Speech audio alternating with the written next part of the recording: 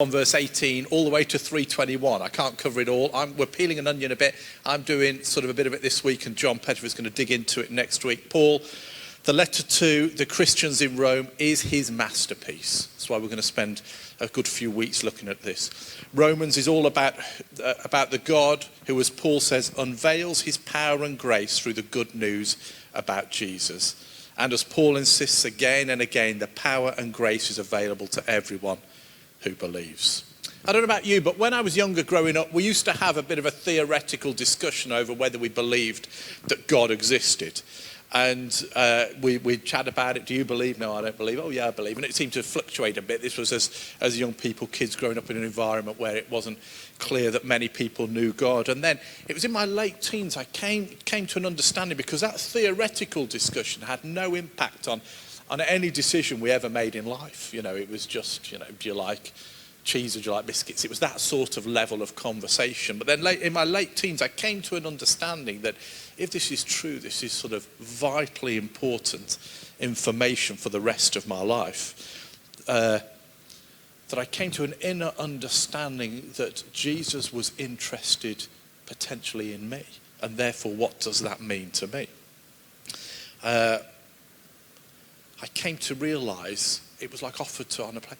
I have this goodness, I have this love, I have this blessing that you can receive if you want to, was how it felt in my connection with God. And I had an awareness, I had a window of opportunity.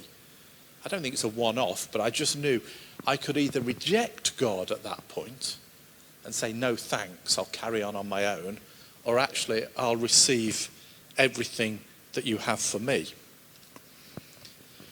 And generally for me, it was the pull factors of God's grace, his forgiveness, his love, his kindness. The fact that I came to a belief in my heart that he had a plan for my life, and that I had this overwhelming sense that I was unconditionally loved by God. There was all these pull factors that helped me walk through that window of opportunity and say, God, yeah, no, I get it, I'm with you. And that was the vast majority of it. But there were some push factors as well. I became aware, I wasn't like this growing up, but as I got to know potentially everything great God had for me, I became aware of just how much I needed him. I didn't feel that much of a terrible person before I started to know about God. It's in knowing about God I became aware of the sin within my own heart and my own limitation and the envy that existed and all that sort of thing, the pride that was there. So there were some push factors as well, thinking, I need to move away from that as well as move into everything that God has got. So very much these verses, Paul is outlining, it's a bit like legal language back in the original, he's making a case. He's outlining some of the push factors here that actually what he's saying is, you really need God. You ain't quite as good as you think you are. You're a bit messed up inside. He's speaking to the whole Jewish community. He starts by speaking to the Gentiles, but basically he sums it up saying everybody needs God. And that's certainly what I came to an awareness of. Not only how incredibly good God is, I became aware of my need of God. And so that's sort of the idea that we've got going on here. As Ben said when we were planning this can be a little bit heavy, because in these chapters we're outlining of just why we need God as mankind, but also as individuals. And so if you're not convinced that you need him now, my hope is by the end of this morning you'll be absolutely convinced that you need God, but you can relax because he's there for you.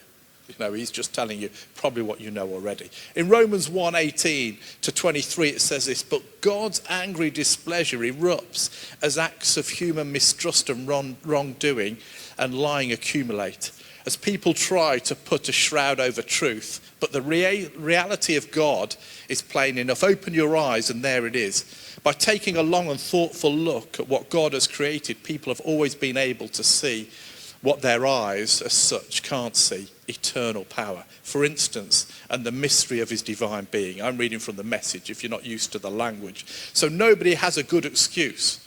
What has happened was this: people knew God perfectly well, speaking of mankind there, but when they didn't treat him like God, refusing to worship him, they trivialized themselves into silliness and confusion, so that there was neither sense nor direction left in their lives. They pretended to know it all, but were illiterate regarding life. They traded the glory of God who holds the whole world in his hands for cheap figurines you can buy at any roadside stand. So God said, in effect, if that's what you want, that's what you get. It wasn't long before people were living in a pig pen, smeared with filth, filthy inside and out.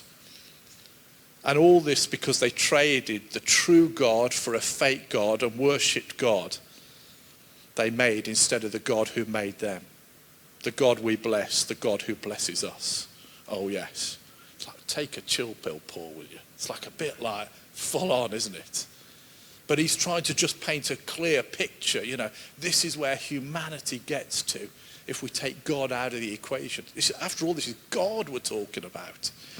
And then you think for a minute, is this really what life's like? Now, hopefully, many of you know me, and I much more want to talk about the joy of knowing God on a wonderful sunset, the joy of knowing God when we're in great fellowship and all that stuff. But we can't deny the fact that without him, we end up a mess.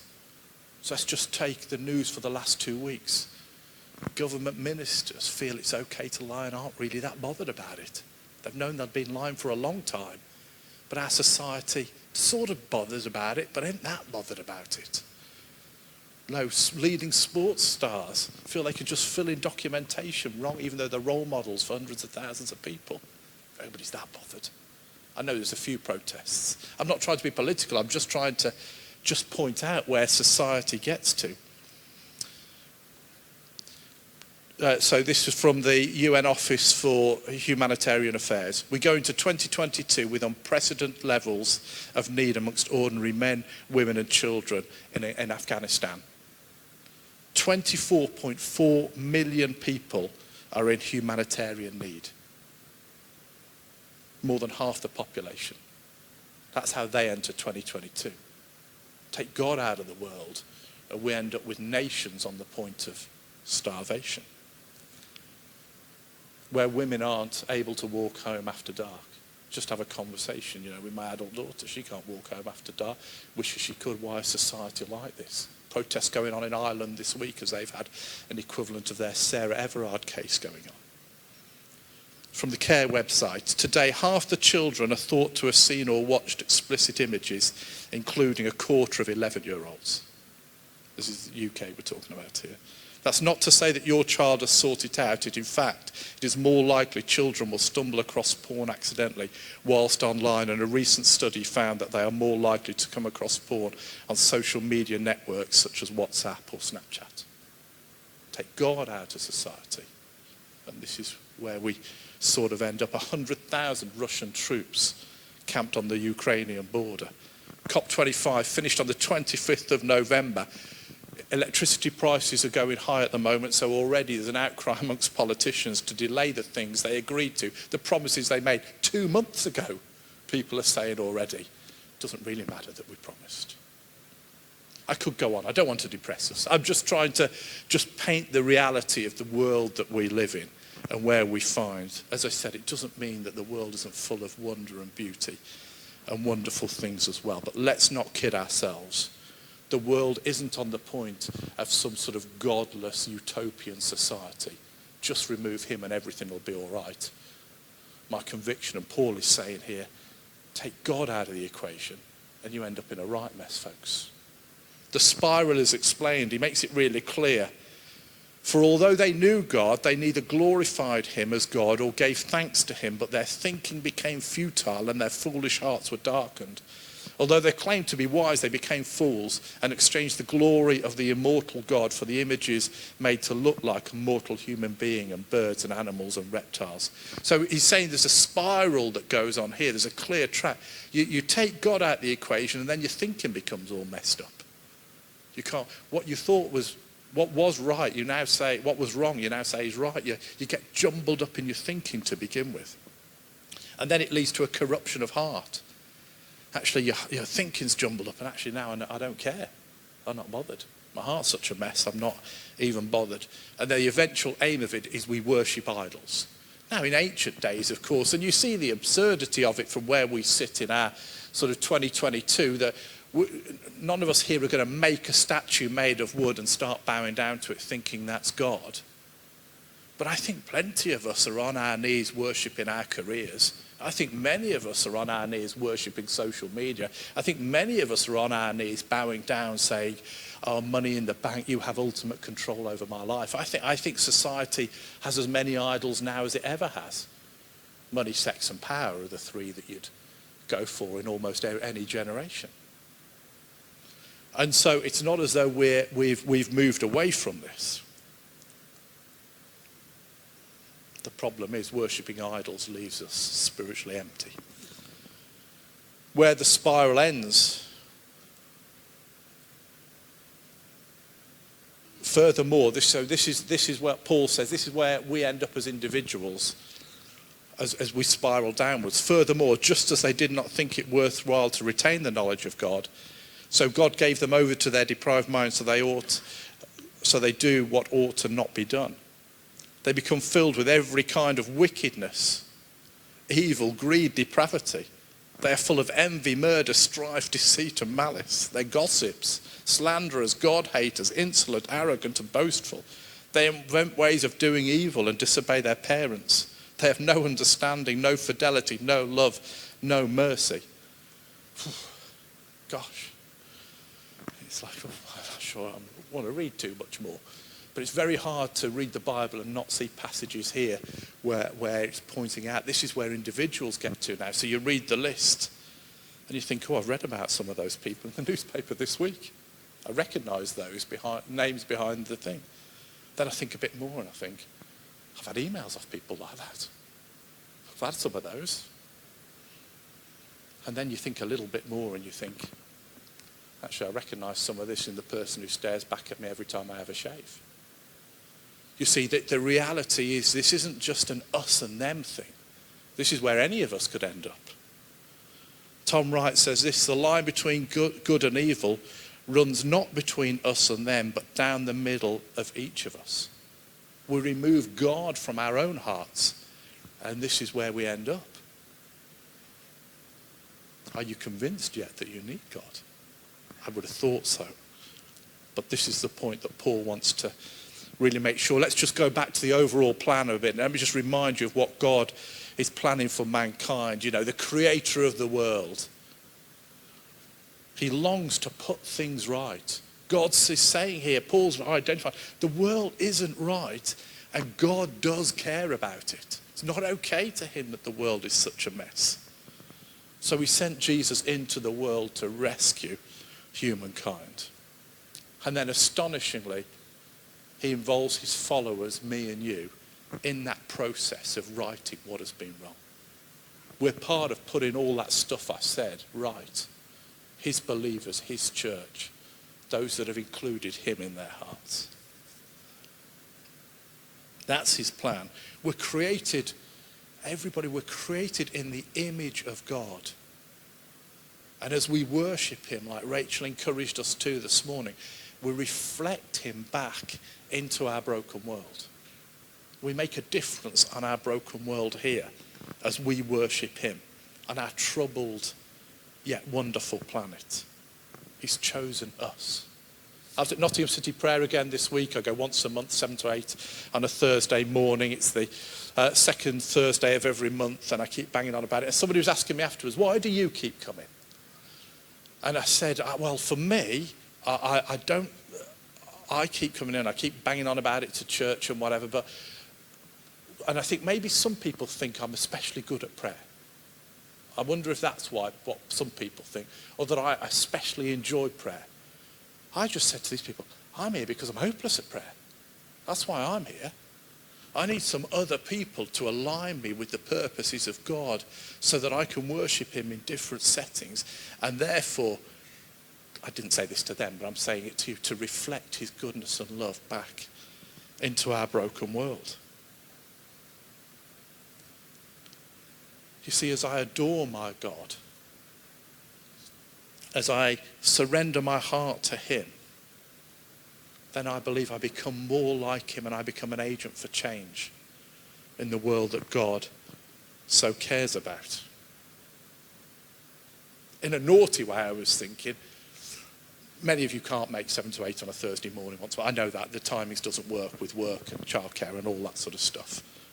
But I did think either you must either be especially good at prayer if you don't need to be praying with others, or you must be doing it with other people. That would be my two conclusions. Because my encouragement would be that we all need it. We're all pretty hopeless at this thing, and we need others to help us. Loosemeat, he's a theologian from the 20th century, last century. He had a hard time finding God. He wasn't one of these triumphant, smash it out the park sort of Christians. He was quite a cynic by nature. And in fact, he ended up going to a Christian university because it was free. He found real cynicism in his heart, but because he was good at writing, he ended up as the editor of the university press or whatever. So he had to write editorials that were Christian, and so he kept them really safe, really orthodox. Here's what I believe as a Christian as the editor. But he'd also write letters into the same magazine under an anonymous name, criticising everything he'd said in the editorial. And this is the sort of person he was. He has this conviction of heart, like this sort of unsure heart throughout his students, then came to know God. And he said this about us: sinners need 2 conversions, from the world to Christ, and a second conversion from Christ back to the world. The world is a mess. God has made that clear. But remember, God, and this is me, but God so loved the world. We're part of the redemption plan. He goes on to say, I began to see a vision of Christ, not as the world's enemy, but as its best friend. Not as one who's coming to spell the end of human civilization, but as one, when he came, would heal all of its grave diseases and make it over into his kingdom of peace and justice. And to do it so thoroughly, it will be called a new creation.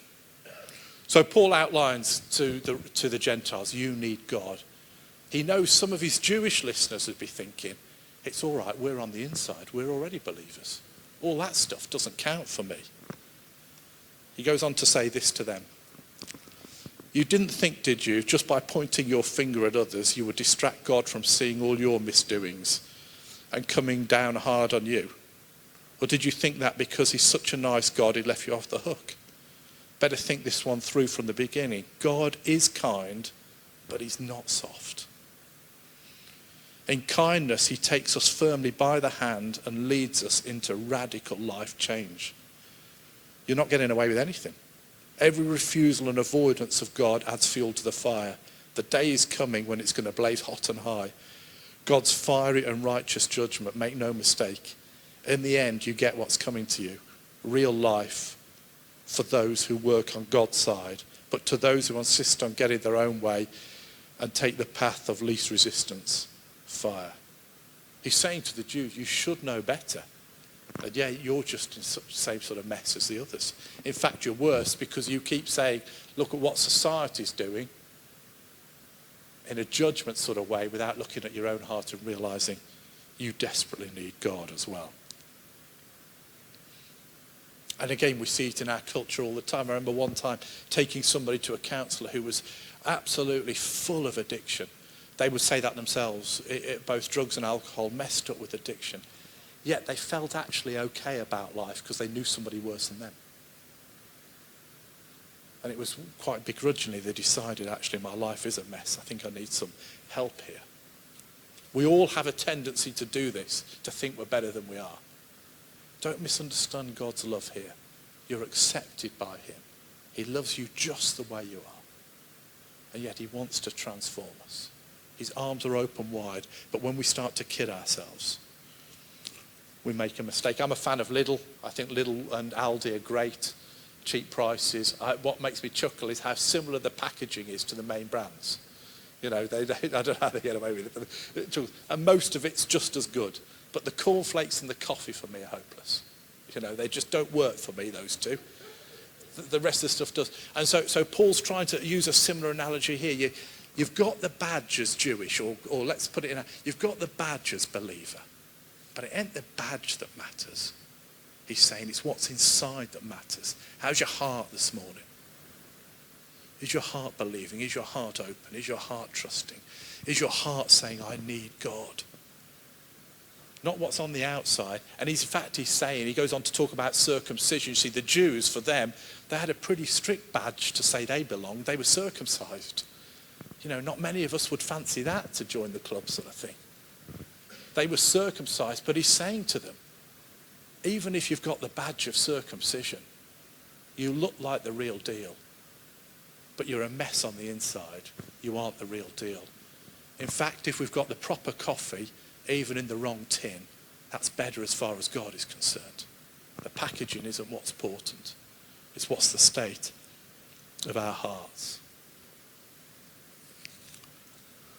We'll get to Romans 3:21 in a couple of weeks' time. So Paul, it's like a court case going on. He's outlining why mankind is guilty.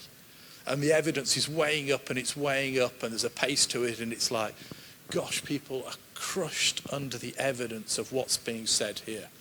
And when we get to Romans 3:21, a new bit of evidence comes in at the last minute which changes the whole outcome. But we'll get to that. There's good news coming. There's good news coming because Jesus has died in our place. He's paid the penalty. He's paid the price. We belong to him. Thank God. But we do go through that bit where we have to say, what should we conclude then? Do we have any advantage? Not at all. For we have already made the same charge. Jews and Gentiles alike are all under the power of sin. As it is written, there is no one righteous, not even one. I've told you this before, but it's worth repeating because it makes me chuckle as well, that there was a poll in the US News and World Report a few years ago where they said to people, who's most likely to get into heaven? So they did a poll, who's most likely to get into heaven? Mother Teresa, when she was still alive, so I'm going back a few years, but 79% of people said, Mother Teresa, she'll get into heaven. It's like 21% are grading pretty hard, aren't they? You know what I mean? It's like, just what are they thinking? But 79, so she was top of the list. I think you'd think, okay, we'd go with our Mother Teresa's there. This was America. So Oprah was at 66%, is where Oprah was. Michael Jordan was 65%. Colin Powell again, he was 61% back in the day. O.J. Simpson was bottom of the list at 19%. Most of you have heard me talk about this before, but it's funny. But one person beat Mother Teresa in the list. There was one person who beat Mother Teresa in the list, according to this report. At 87%, people voted for themselves as most likely to get into heaven. It was themselves. So you give the list there. Oh yeah, actually, I'm above all that. What's the point I'm making? Paul through God says, or God through Paul says, you need me. I don't care who you are. You need me. In fact, you'll be a right old mess without me. And we could read the list again, but I prefer not to. Do you know what I mean? You'll be a right old mess without me. But there's something in the human heart that makes us think we're better than we are. There's something, if we're outside of the purposes of God, that thinks we're more together than we really are. And I guess my injunction this morning is, can we just open our hearts to God and say, I surrender to you. I openly acknowledge I need you. If the band want to come back, I want one more point to make. I was at City Prayer this week, like I said earlier. One person prayed in a loud voice from Psalm 51, which I showed earlier on the screen. It says, for I know my transgressions and my sin are always before me. Against you only have I sinned and done what is evil in your sight. So you are right in your verdict and justified when you judge. Restore to me the joy of your salvation and grant me a willing spirit to sustain me. And this person prayed in a loud voice, and they prayed it out loud in the room of 100 people. That God, I want your joy of salvation again. I want your joy to flood my heart again. I want your joy to be my everything again. But I acknowledge, I admit, I know that I need to repent first. I understand that I'm going to get this joy as I repent and throw myself on your mercy and acknowledge I really need you. So as we worship for a bit, whatever's going on in your heart, just throw your heart on God, will you? And say, I really need you. We'll worship. Let's stand together for a moment.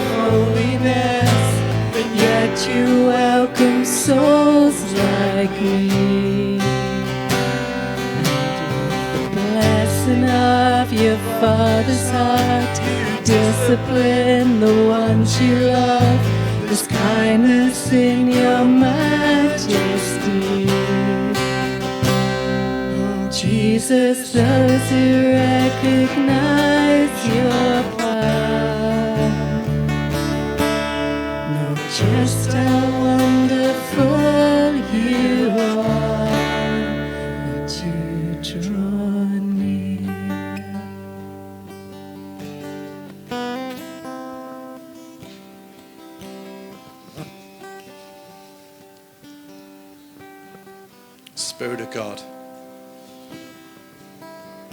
where we're still wrestling with you, would you convince our stubborn hearts again just how much we need you? That in surrendering to you, in bowing the knee to you, in throwing ourselves on your mercy again, you meet us, you greet us, you overwhelm us with your love. We're in the right place when we're in that place to receive everything you have for us. Not out loud, but just quietly in your heart. Maybe you just want to tell him in this moment, I really need you.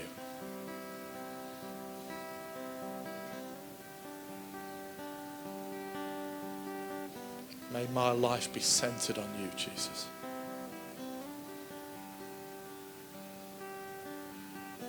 May I understand how much you are for me. How much you want to transform me.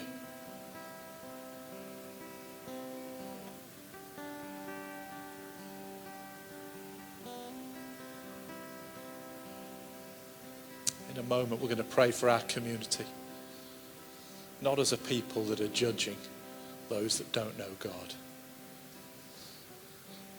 but as a people that understand that Jesus is their best friend. And we want to call in lost people. We want hearts to awaken again. We want all across the north of this city for people to be woken up to how much they need God. We're just going to worship a little bit more first about the greatness of God before we pray.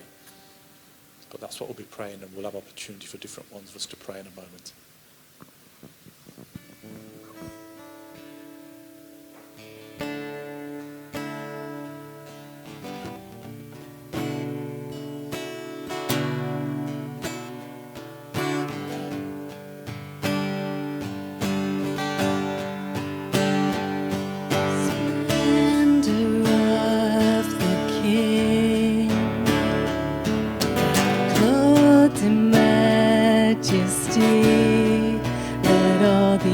Rejoice, all the earth rejoice.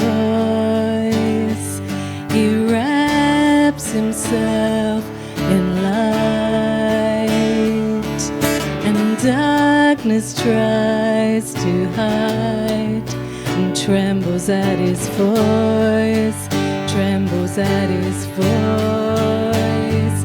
How great is our God! Sing with me, how great is our God. Oh, we'll see how great is our God. And age to age he stands, and time is in his hands. Beginning and the end, beginning and the end. The Godhead three in one. Father, Spirit, Son, the Lion and the Lamb, the Lion and the Lamb. How great is our God! Sing with me, how great is our God! Oh, we'll see how great is our God! How great is our God! Sing with me, how great